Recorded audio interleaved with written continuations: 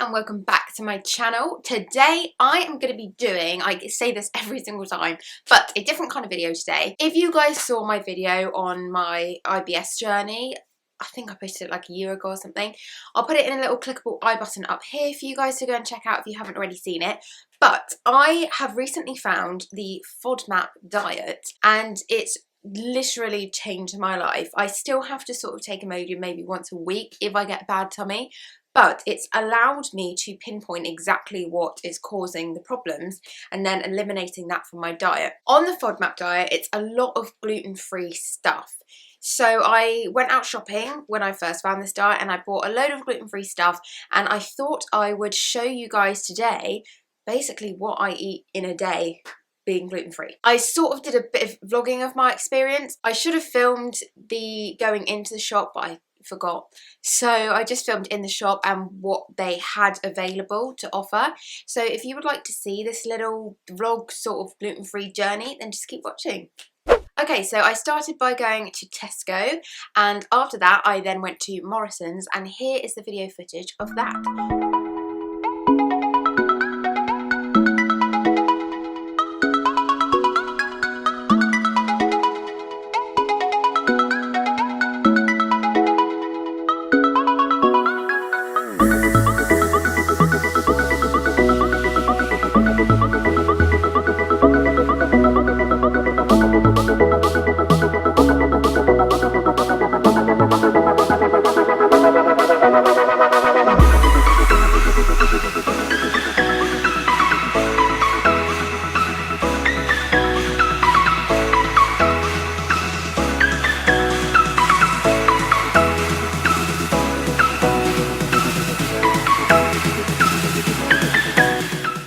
Okay, I've just got back in the car. I should have vlogged going in, but I didn't.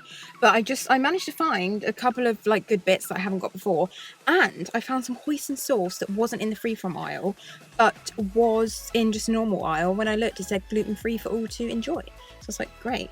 And I think somebody wants my parking space, so I'm gonna go and I will see you back at home. Okay, so as you can see, I have this huge bag of stuff here. I've also included bits that I bought from Waitrose and Morrison's just to show you guys what I have got. There are a few other bits in the freezer which I forgot to get out, but I can't bother to go back downstairs and get them. But I will put pictures in of what they are so you can see. I'm going to start with the frozen stuff so that I can get that back downstairs and back into the freezer. So yeah, I'm just going to talk you through what I got and my opinions on it, because most of it I've already eaten. Grocery haul! So one of the best brands I found for bread is Shar, and I bought these gluten-free just white rolls. They're frozen. You can either defrost them to use as bread, defrost within 1 to 2 hours, or you can put it straight into the oven from frozen for 6 to 8 minutes and it'll be a nice crusty roll. The size is pretty good actually. They're that big, which is a fairly decent size for gluten-free bread. Normally it's tiny, but this is like the size of a normal roll. So yeah, if you want some frozen bread, which you can use as a normal roll or as a crusty roll, I would definitely recommend Shar's white frozen rolls. The next item I have is from Waitrose, and it's these 2 chicken and gravy pies, and obviously they're gluten-free, by the brand Genius.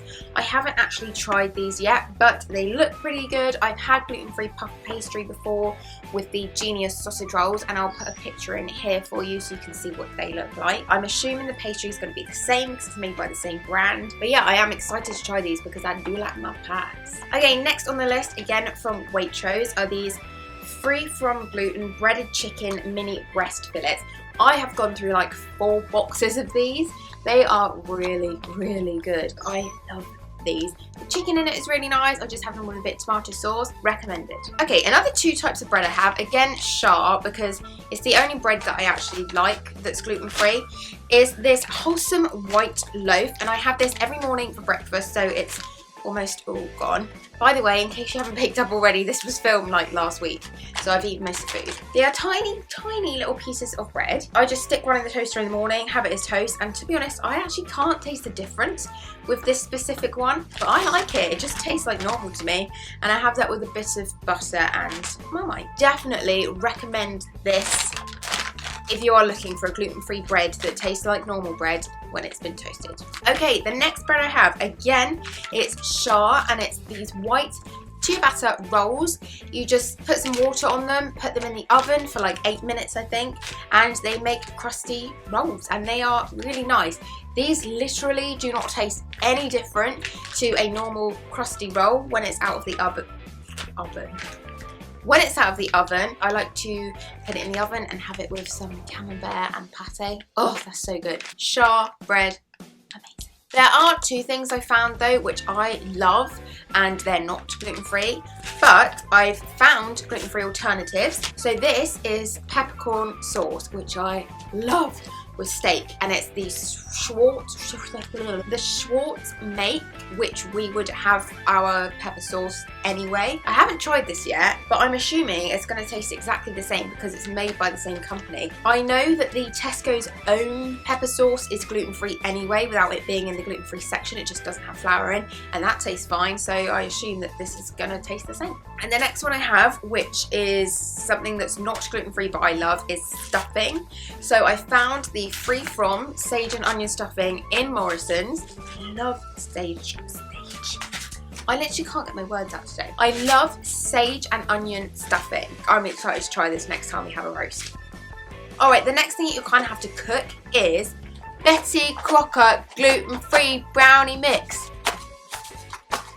I love Betty Crocker. Betty Crocker is my friend.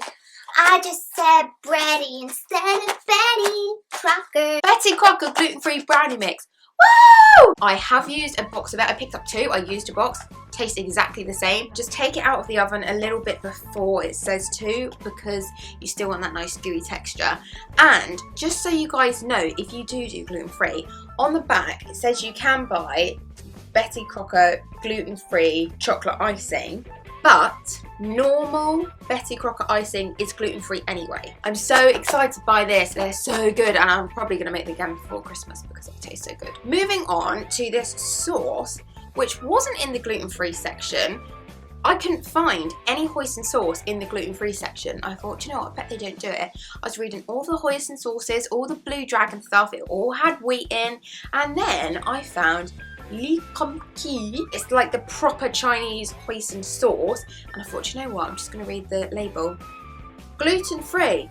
And at the very bottom of the ingredients it says gluten-free for all to enjoy. And this was from Tesco, if anybody's wondering, but I'm assuming you can get it in like a proper Chinese shop. Okay, now this next one, I threw the box away to save room in the cupboard, but I'll put a picture of the box here so you can see. These are crackers, and I don't even know why I'm bothering to show you this because they're in a packet, so you can't see them anyway. So basically, they taste really, really good. They're pretty similar to Jacob's cream crackers. They're just a bit crunchier. I just have them for my lunch at work and put cheese, pickle, well, butter, cheese and pickle on it. Tastes fine to me, and you can pretty much fit one whole thing in your mouth. The next sort of biscuity thing I have are these, again, Shah gluten-free custard creams. Now, I don't really know what I think about these. I've had 2. They come in these little like individual packets. They sort of taste like normal custard creams, but they're not great. They're okay. Basically, I wouldn't take a bite and be like, not the best, but they're okay. Okay, next biscuit wise, I do rate these. McVitie's Hobnobs gluten-free. These are pretty good. I've only had 1. There's not many in a packet, but you get that. They're pretty good. I rate them. They just taste like hobnobs with some chocolate on. And if I just fancied a bit of biscuit, then I would just dive into this and it's nice. Another biscuit, which I now need to throw this away because they've gone all soft and soggy, but they are these wheat-free and gluten-free cookies and cream biscuits, which are basically Oreos. These are Tesco. They are Tesco's own. They're good. They taste just like Oreos. They smell just like Oreos. They are a bit bigger than Oreos. There you go. That's the size of one. But yeah, they're good. I like them. These were bought from Waitrose, and they are gluten-free chocolate slices. And it says on there, moist chocolate brownie sponge topped with indulgent chocolate icing. They're pretty good. They are literally, I'll get them out of the packet, I've had 2. Basically, a chocolate brownie at the bottom, and then it's got a chocolate sponge sort of in there somewhere, chocolate icing on the top, and then they're dusted with icing sugar. They're pretty nice, but yeah, I rate them. They are nice, and if I just fancy like a bit of chocolate cake, this is what I'll go for because it's quick and it's easy and they're good. Okay, the next thing from Tesco are these gluten-free and vegetarian jam tarts. They taste exactly the same, like literally absolutely no different to normal jam tarts that you buy in the shop. The only ones I don't like are the apricot ones, but I don't like normal apricot tarts anyway. I've eaten both raspberry and both blackcurrant, so the only ones left are apricot. That's what they look like. I'm not really sure how much the camera can pick up. The pastry on it, fine. Jam tarts, lovely. I'm very pleased with this buy. I'm gonna buy some more. Right, just 2 more things now, so I'll quickly try and do these. These, I haven't opened them, but I have had them before, so I know what they taste like.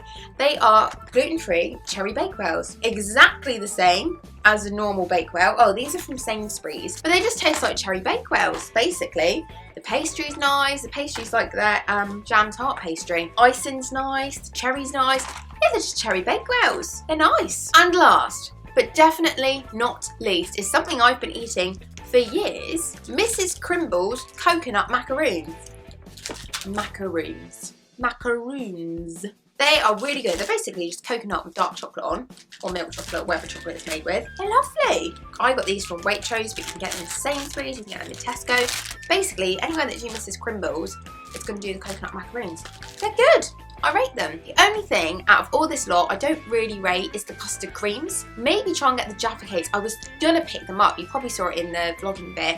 I was going to pick the Jaffa cakes up, but then I thought, no, I've already got enough biscuits and snacks, don't really need them. So I will have to try them at some point and see what they're like. Anyway guys, that's it for today's video. I hope you enjoyed it, and I hope maybe it gave some of you a couple of tips as to what to buy and what I think about all this gluten-free stuff. And if you do suffer with IBS or any sort of stomach problems, I would highly recommend the FODMAP diet. Can't do any wrong for you. It eliminates all the bad stuff that you would have in a diet. So that means gluten, there are lactose stuff on there, but I found lactose doesn't really affect me, so I don't need to worry about that so much. Sorry, my camera stopped recording, so if I'm at a weird angle now, that's why.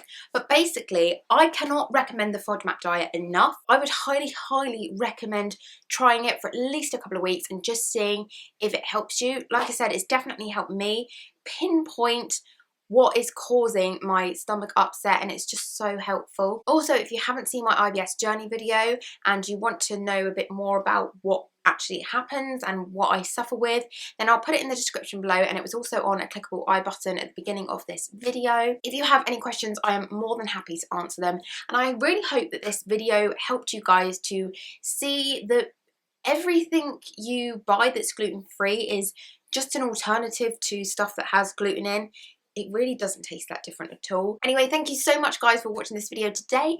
I hope you enjoyed it, and if you did, please give it a thumbs up. Click that subscribe button down below. Don't forget to go and check out Poltergeist on Amazon Prime. Link in the description below, and I'll see you on my next video. Bye!